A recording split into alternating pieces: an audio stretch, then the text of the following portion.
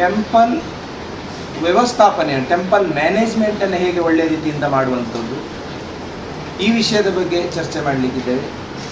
ಒಂದು ದೇವಸ್ಥಾನವನ್ನು ನಡೆಸ್ತಾ ಇರಬೇಕಾದ್ರೆ ಬರುವಂಥ ಅಡಚಣೆಗಳು ಮತ್ತು ಅದಕ್ಕೆ ಉಪಾಯ ಯೋಜನೆ ಹೇಗೆ ನಾವು ಮಾಡುವಂಥದ್ದು, ಅಥವಾ ದೇವಸ್ಥಾನವನ್ನು ನಡೆಸುವಂಥ ಸಂದರ್ಭದಲ್ಲಿ ಅನೇಕ ಕಾನೂನು ಅಡಚಣೆಗಳು ಬರ್ತದೆ, ಕೆಲವು ನೋಟಿಸ್ಗಳು ಬರ್ತದೆ.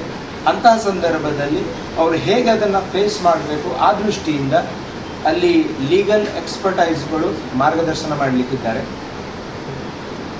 ಈ ರೀತಿ ಅನೇಕ ವಿಷಯಗಳ ಬಗ್ಗೆ ನಾವು ಅಲ್ಲಿ ಚರ್ಚೆಯನ್ನು ಮಾಡಲಿಕ್ಕಿದ್ದೇವೆ. ಮುಖ್ಯವಾಗಿ ನಾನು ಈಗಾಗಲೇ ಹೇಳಿದ ಹಾಗೆ ದಕ್ಷಿಣ ಕನ್ನಡ ಜಿಲ್ಲೆಯಲ್ಲಿ ನಾವು ಜಿಲ್ಲಾ ಮಟ್ಟದ ಅಧಿವೇಶನ ಮಾಡಿದ ನಂತರ ಈಗ 93 ದೇವಸ್ಥಾನಗಳು ಸ್ವತಃ ಆಗಿ ವಸ್ತ್ರ ಸಂಹಿತೆಯನ್ನು ಜಾರಿಗೆ ತರ್ತೇವೆ ಅಂತ ಹೇಳಿದ್ದಾರೆ.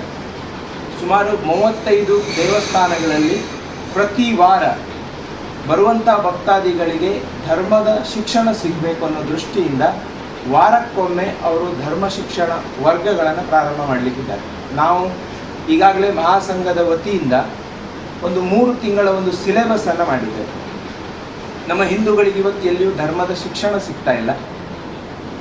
ಉದಾಹರಣೆ, ನಾವು ದೇವಸ್ಥಾನಕ್ಕೆ ಹೋಗ್ತೇವೆ, ಎಡದಿಂದಲೇ ಬಲಕ್ಕೆ ಯಾಕೆ ಪ್ರದಕ್ಷಿಣೆಯನ್ನು ಹಾಕ್ತೇವೆ, ಗಣಪತಿಗೆ ದೂರ್ವೆ ಹಾಕ್ತೇವೆ, ಶಿವನಿಗೆ ಬಿಲೋಪತ್ರ ಹಾಕ್ತೇವೆ, ಅದರ ಹಿಂದಿನ ಶಾಸ್ತ್ರ ಏನಿದೆ, ಅಥವಾ ಮನೆಯಲ್ಲಿ ತೋರಣ ಹಾಕ್ತೇವೆ, ಈ ಎಲ್ಲ ಆಚರಣೆಗಳ ಬಗ್ಗೆ ನಾವು ಆ ಧರ್ಮ ಶಿಕ್ಷಣ ವರ್ಗದಲ್ಲಿ ಹೇಳ್ಕೊಡ್ಲಿಕ್ಕಿದ್ದೇವೆ.